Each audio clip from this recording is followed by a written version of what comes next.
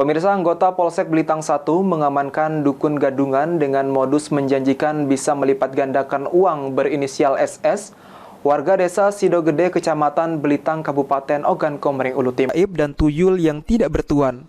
Dengan modus operandi tersebut, pelaku akhirnya berhasil meraup keuntungan sebesar 43 juta rupiah dari korbannya, yang berinisial SO, warga desa Tambak Boyo, Kecamatan Buai Madang Timur.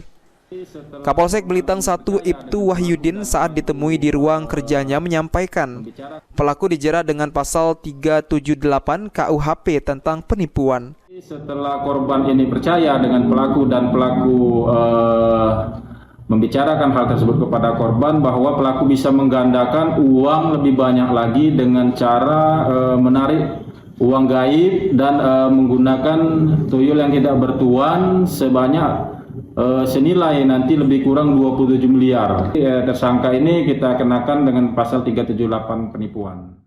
Elvandri Jeffriyadi, PAL TV.